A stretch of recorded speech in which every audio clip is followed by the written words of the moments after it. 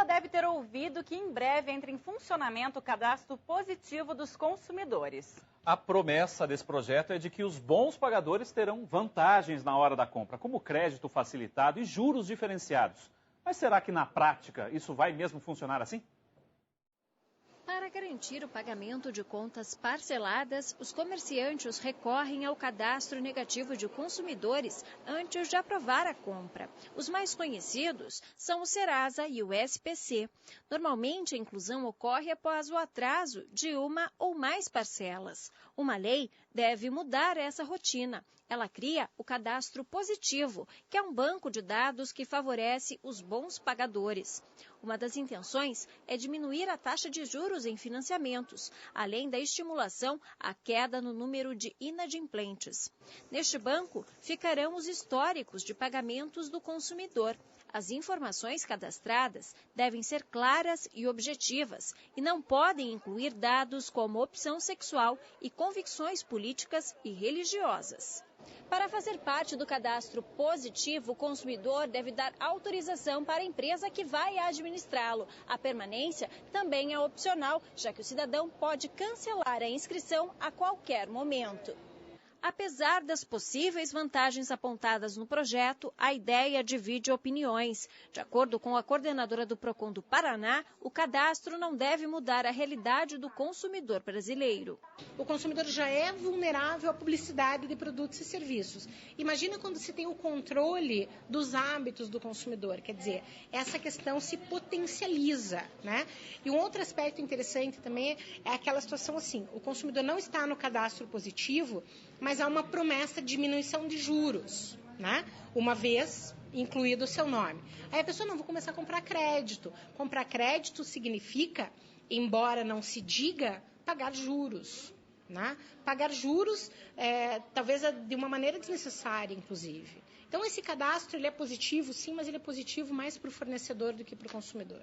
Cláudia afirma que o cadastro pode revelar dados que os clientes não gostariam de repassar para o comércio e não garante a baixa dos juros. O cadastro positivo ele é benéfico para o concedente de crédito, mas não necessariamente benéfico para o consumidor, porque não há garantia nenhuma de que efetivamente haverá uma diminuição dos juros, como se está prometendo.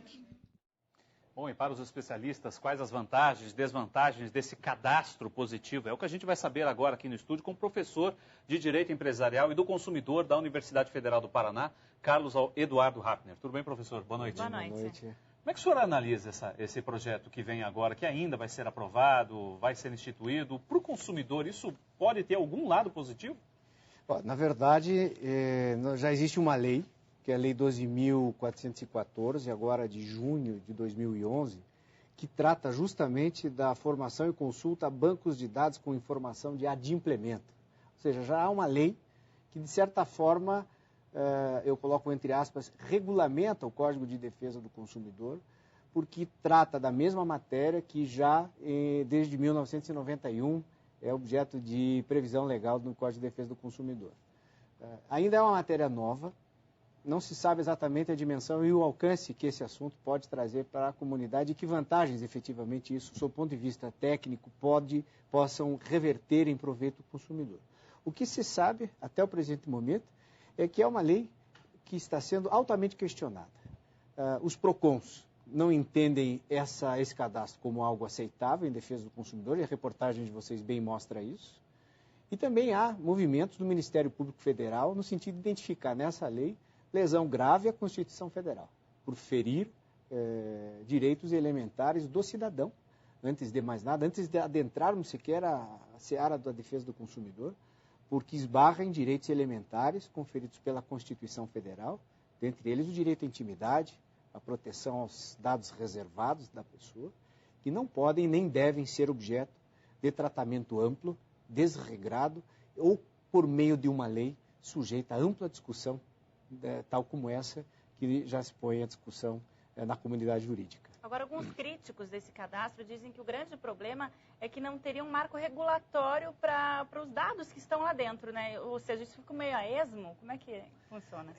Na verdade, essa lei teria o propósito, utilizando-se inclusive de uma técnica legislativa discutível, criando definições, o que é gestor do banco de dados, o que é banco de dados, mas enfim, teria o propósito de limitar a atuação dos bancos de dados. Inclusive, como a lei disse, como a reportagem disse, exigindo a autorização do consumidor para que os seus dados pudessem ser disponibilizados nesses bancos de dados. Mas essa circunstância é uma circunstância que é altamente discutível. E eu digo por quê.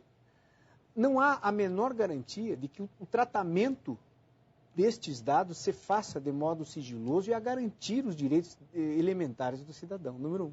Número 2, a despeito de se exigir a autorização do consumidor, que é uma das disposições da lei, não há outro propósito neste tratamento legal senão o de punir, porque com a disponibilização dos dados não há a menor garantia de que a contrapartida, a redução de custos, as vantagens que são prometidas aos consumidores venham. Então, associar-se a esses bancos de dados corre-se o risco de vir a ser uma imposição que nos coloca. Se eu não estiver inserido num cadastro positivo de consumidor, eu corro o risco de não ter acesso a um produto, a um serviço que eu deseje adquirir ou comprar ou fazer uso, em razão justamente dessas limitações ou dessas situações que são, como você disse, ainda pendentes de tratamento ou de solução legislativa adequada. Quer dizer, a senhora é daquela ala que acha que o ideal seria punir quem não cumpre a lei, por exemplo, no Brasil, e não privilegiar quem está cumprindo, porque cumprir a lei é o básico de todo mundo, é por aí. Eu acho que essa tua observação, ela resume tudo, né? É verdade que existe no ambiente jurídico uma grande corrente que acha que promover o comportamento humano e premiar o comportamento adequado através de uma chamada função promocional do direito pudesse ser uma solução.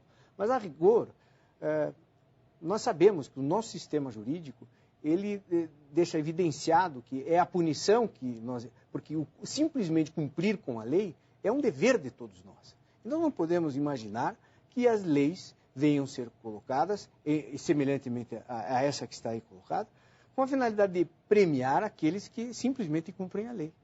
A presunção é de boa-fé, a presunção é de que somos cumpridores da lei.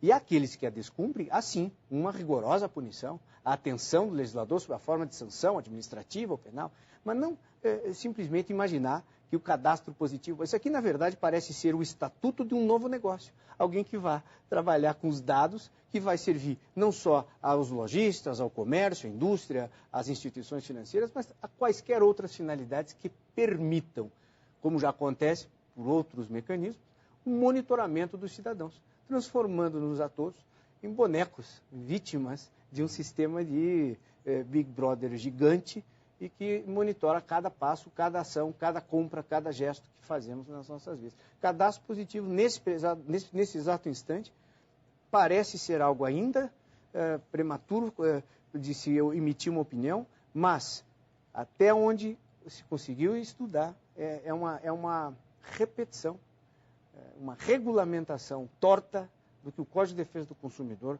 há mais de 25 anos já estabeleceu na nossa comunidade jurídica. Tá certo. Tá certo. Muito obrigada pela participação. Eu que agradeço. Obrigado, professor. Boa noite. Obrigado. Você vai ver depois do intervalo a primeira reportagem da série sobre os serviços públicos. E uma nova oportunidade para as pessoas tirarem dúvidas sobre o mercado de trabalho. Não saia daí, a gente volta depois do intervalo.